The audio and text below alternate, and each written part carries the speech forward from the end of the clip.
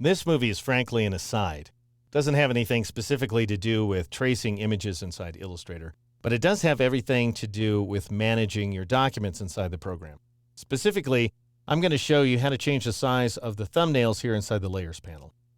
So notice by default, I'm seeing these tiny little thumbnails, both for the contents of the layer and for the specific items inside the layer, provided that the layer is twirled open, as it is in my case.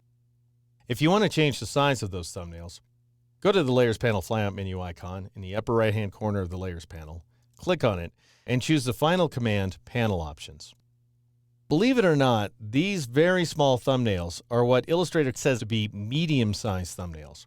If you don't want any thumbnails at all, you can go ahead and switch to small, which will just show the names of the layers and the objects and so forth, which might be very useful if you work with lots and lots of layers or objects inside your file.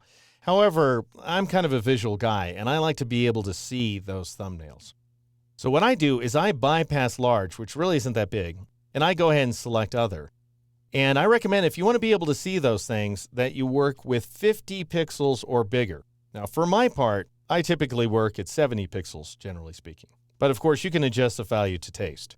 If you don't want to be able to twirl your layers open, you don't need to see the contents of your layers, you just want to see the layers themselves, then you can turn on this checkbox, Show Layers Only.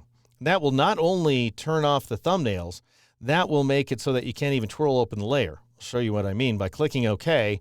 And notice now I have this item Layer 1, which I'll go ahead and rename Butterfly. But I can't twirl it open, so I can't find the objects here. Again, not the way I like to work, but it's a matter of taste.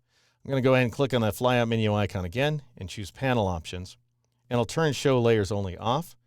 Notice down here, you also have the option of controlling what items get thumbnails. So you can decide whether you want to see the thumbnails associated with the layers. And you can create sublayers, as we'll see inside of Illustrator. And so if you turn on top level only, you won't see the thumbnails for the sublayers. Then groups are treated independently, so you can either see their thumbnails or not.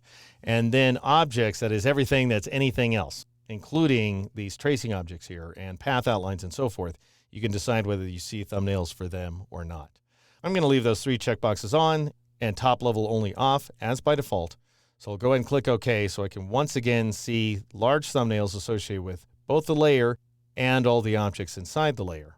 Now, something to bear in mind here is this is a document level setting. So in other words, when I go to save this file, it will save with these large layer previews. The next time I create a new file, it'll have small previews again. So this is not a global setting the way it is in, say, Photoshop and other programs. This is a document by document setting. And that, friends, is how you change the size of your layer previews here inside Illustrator.